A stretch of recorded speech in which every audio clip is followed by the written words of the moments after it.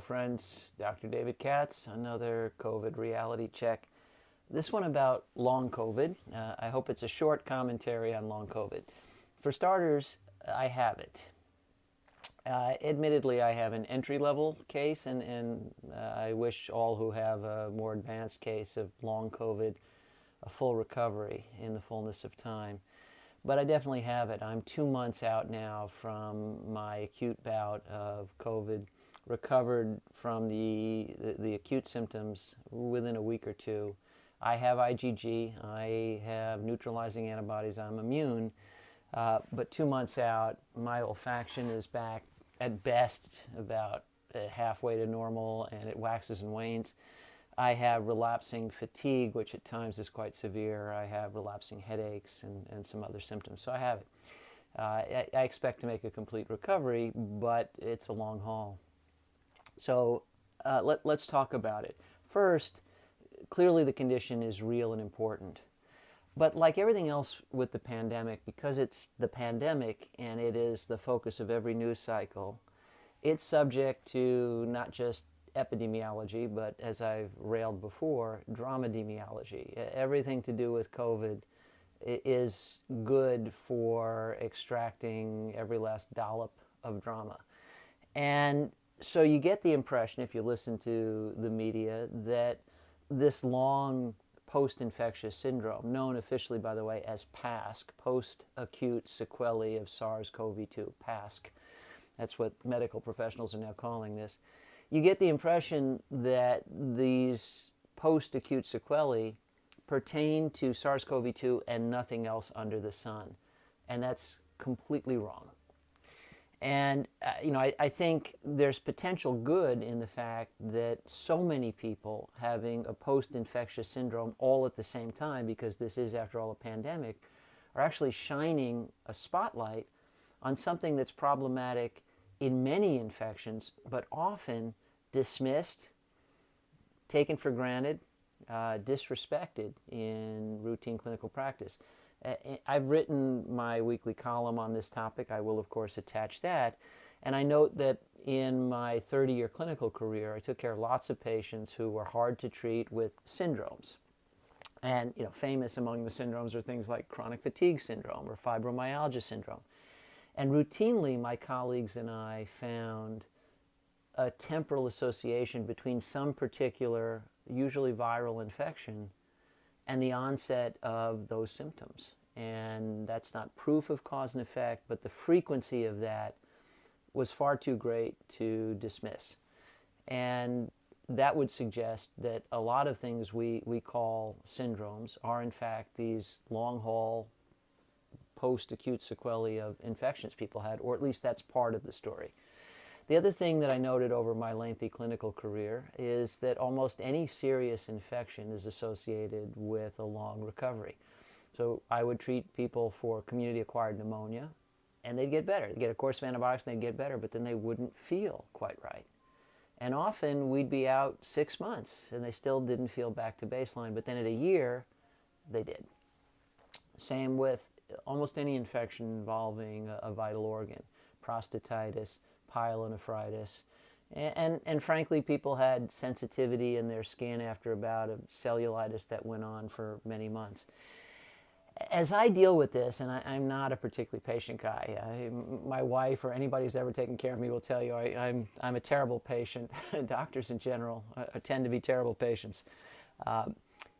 As I try to be patient with my own recovery, I'm inclined to think about the potentially false distinction we routinely make between illness and injury. We tend to say it that way. There's illness and there's injury. The reality is illness can cause injury. It can injure tissues, it can injure vital organs. And if we think about an injury model, then this long recovery is not quite so disturbing. I note this in my column as well. I'm an equestrian, I'm a skier, I did martial arts for many years. I have played and I have paid, so I probably have at least 24 fractures to my credit, maybe more. I've torn ligaments and had them put back together a number of times. And although the recovery time was frustrating, it was what it was. There was the acute period, there was the inflammatory response, if there was surgery, there was the inflammatory response to surgery. Then the healing began, then it progressed, and usually about 6 weeks out, you had enough tissue integrity that you could bear some weight and maybe take off the cast, but you were a long way from back to normal. And my experience was minimal 6 weeks to recover, whether it was a bony injury or a soft tissue injury, to get to a point where there was basic functionality, and then generally 6 months for a reasonably complete recovery. But some of these injuries, they may never get completely better. I had a particularly nasty injury. I'll tell this story very quickly, but I was riding my horse a year ago, and I had to hop off to guide him across a bog he didn't want to cross.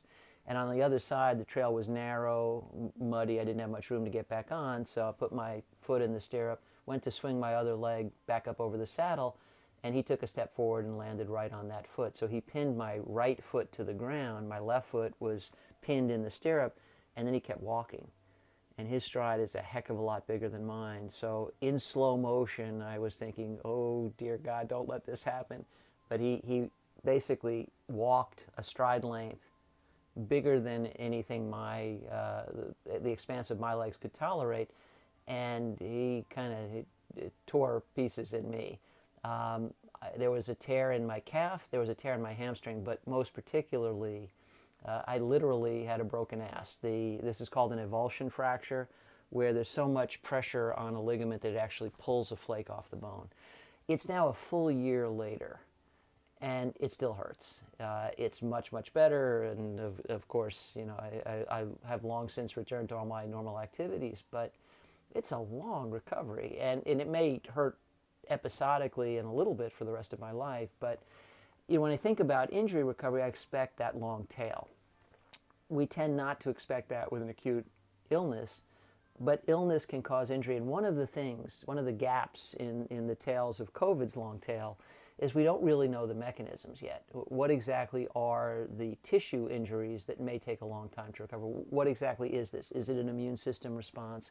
Is it tissue injury and there's just a requisite recovery period? All of that needs to be sorted out. But long tails tend to follow many infections, and again, some of them are likely responsible for chronic fatigue and fibromyalgia, and some of those are very prevalent infections we tend to take for granted. Herpes simplex virus, cytomegalovirus, Epstein-Barr virus, these are widespread in the population. Most people don't have long-term consequences, but some people almost certainly do. And the reason I care about this is I dealt with patient frustration in this area for many years. People felt disrespected. They felt like they weren't being heard. And frankly, if only very episodically people complain about long-term symptoms after any given infection, whether it's bacterial or viral or Lyme disease for that matter. One of the infections that's gotten a lot of attention for chronicity is Lyme, and that's not a chronic state of infection with the pathogen, Borrelia burgdorferi. It's a post-acute syndrome, like with SARS-CoV-2. But for a long time, people who complained of chronic symptoms after Lyme evoked a roll of the eyes, and they were dismissed. The reason that's not happening now is because this is a pandemic, so it's happening to so many people all at once, and the media are fixated on it. We're obligated to give it the respect it deserves. So, first of all, if you have long COVID, be patient. Think of it in an injury model. Think that there is tissue injury. That's what I'm doing. And I expect we will recover. There's also some early indication that post-infection, a vaccine will help eradicate these residual symptoms and end PASC. And I'm hopeful that's true, and I'm still waiting to get my vaccine, but I would very much like that if it expunges the final symptoms of this thing, so that there's cause for hope there. And obviously, as we start to unravel the mechanisms of this, we'll get better at expediting recovery. So keep the faith, be patient if you're one of the many suffering from this. But my particular hope is that the respect we all now have for long COVID will generate a bit more respect for the syndromes we've been dismissive about, a bit more respect for the long tails of many infectious diseases, help us appreciate that the division between illness and injury may be a somewhat artificial one, and those two may relate more closely than we realize, with the former routinely causing the latter, and then the latter dictating the timeline for recovery. And if it adjusts our thinking that way, and if it induces a bit more compassion, understanding, and respect among clinicians routinely for all of those other syndromes, that would be one of the rare gifts of this pandemic we can be grateful for. In any event, I will check back in with you as ever when I feel I've got something worth saying. And for now, I hope you all stay safe and well, and catch up with you next time.